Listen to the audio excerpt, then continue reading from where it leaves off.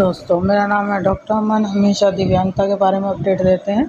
और दिव्यांगता के बारे में ही आपको जानकारी देते रहते हैं कि कैसे इसमें क्या-क्या अपडेशन आती है, क्या इसमें आपको प्रॉब्लम आ रही है। हम आपके मोस्टली प्रॉब्लम्स का हल करते हैं, जिसमें आपको दिक्कत आती है उसके बारे में आपको बताते रहते हैं कि ये यहाँ पे ठीक होगा। देखिए, जैसे कि अभी जो हमारे पास क्वेश्चनिंग आ रही है या जो प्रॉब्लम्स आ रही हैं, वो लो विज़न से रिलेटेड आई हैं, यानी कि लो विज़न डिसेबिलिटी से रिलेटेड है कि उनको कहाँ कैसे कोई बेनिफिट क्यों नहीं मिल रहा। तो दोस्तों, जिनको लो विज़न है यानी कि 40% है या 40% से नीचे है या 80% है या 90% से नीचे है,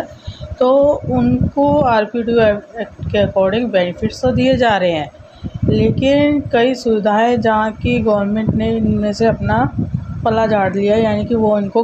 बेनिफिट नहीं देना चाहती। इसमें सबसे पहले तो रेलवे ने किया है कि रेलवे जो है कि ना तो एक टेम्परेरी सर्टिफिकेट को बेनिफिट दे रही है और ना ही आपको कंसेशन दे रही है अगर आपका 100% से कम है। तो इसके लिए हम रेलवे का अलग अपना रूल एंड रेगुलेशंस होता है, तो उस पर हम प्रेशराइज़ नहीं कर सकते क्योंकि उन्होंने अपनी गाइडलाइन लागू की हुई है और उस गाइडलाइन के ज़रिए ही इसमें 100% वालों को लो विज़न को बेनिफिट मिलता है, कंसेशन मिलता है उनके साथ में जाने वाले, यानी कि टोटली ब्लाइंड को वो बेनिफिट्स देते हैं। तो इसके साथ ही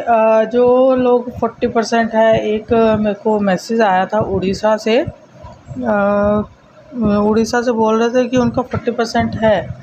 लेकिन उनको पेंशन्स तो मिलता है लेकिन अदर बेनिफिट नहीं मिलता, और जो उनका सर्टिफिकेट है वो टेम्परेरी बनाया गया है। तो उनके दोनों आइज़ का सर्टिफिकेट बना है लेकिन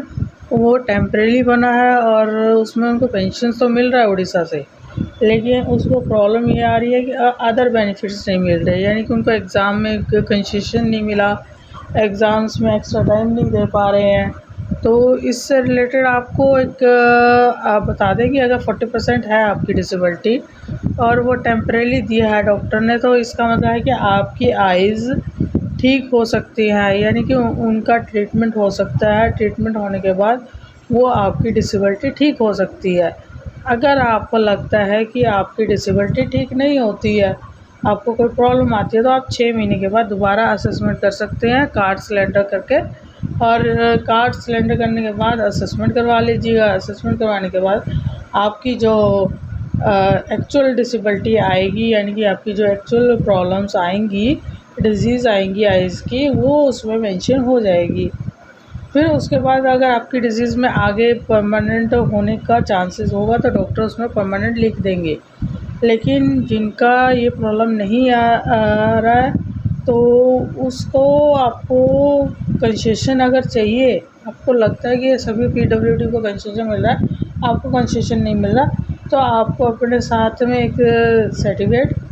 अपना यूटिलिटी कार्ड और आपको साथ में आरपीडब्ल्यू एक्ट की गाइडलाइन और एजुकेशंस की गाइडलाइंस, इन सब का प्रिंट आउट निकाल के जब भी आप कोई एग्ज़ाम भरते हैं उसके साथ वो फ़ोटोकॉपी लगाएंगे। इससे आपको जो कंसेशन मिलना होगा वो मिलेगा और आपको एग्ज़ाम में एक्स्ट्रा टाइम मिलेगा, क्योंकि गवर्नमेंट गाइडलाइन के अकॉर्डिंग है। अगर कोई भी डिसेबिलिटी 40% से अबव है, उसको ये बेनिफिट दिए जाते हैं, उसको एग्ज़ाम्स में, एजुकेशंस में एक्स्ट्रा टाइम प्रोवाइड किया जाता है। अगर आपको नहीं प्रोवाइड किया गया तो आप इसके बारे में कंप्लेंट कर सकते हैं, और